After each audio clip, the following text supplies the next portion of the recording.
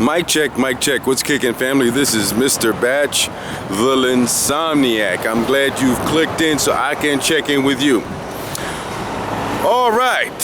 Yes. My Linsomnia is, let me classify it like this. It's at a point now where I'm itching and I'm trying to see how we're going to get into the playoffs, because right now, as it stands, I believe Milwaukee would have the tiebreaker, and then we've got Cleveland just maybe a game or two behind us.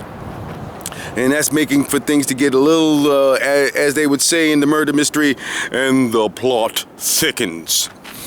All right, now, I like the effort last night.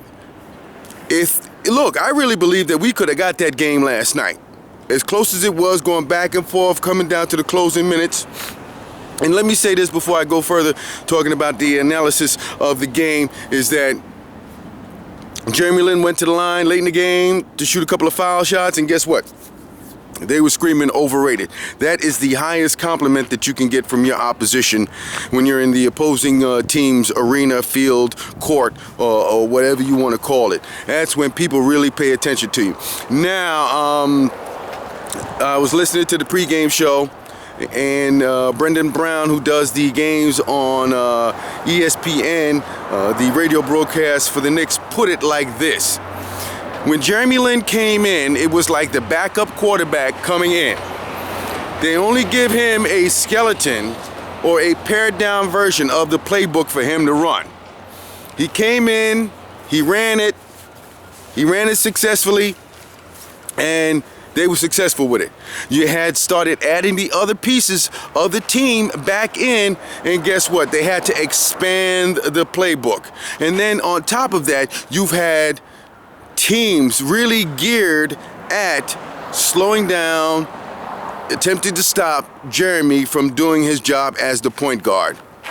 Guess what? That's professional sports, folks. And that's what they do. They get paid to play. Plain and simple, plain and simple. So when I heard the overrated, I started laughing. I'm like, oh, snap. People, they really hating now, but that's all right. That is kudos. So what we've got going on now is we've got Chandler, Carmelo, and Stat. Need to get clicking.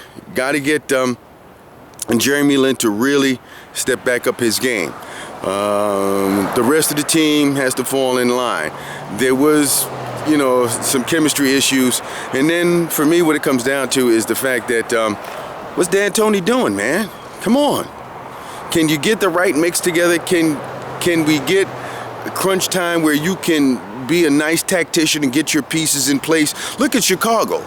Chicago's had injuries all over the place, and the way that their coach, Thibodeau, who used to be a New York Knicks coach, and I think he should have been the one to get the job, but that's water under the bridge.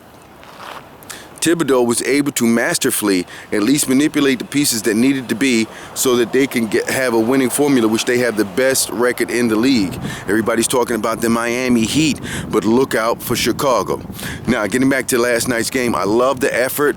I love the intensity. They had brought it, they had fought, but we took the L. So I'm looking at it like this. We need to advance. We need to get the chemistry right. We need to get a win. That's the 6th straight loss, matches our highest loss total for the week of a stretch. And it's on D'Antoni now.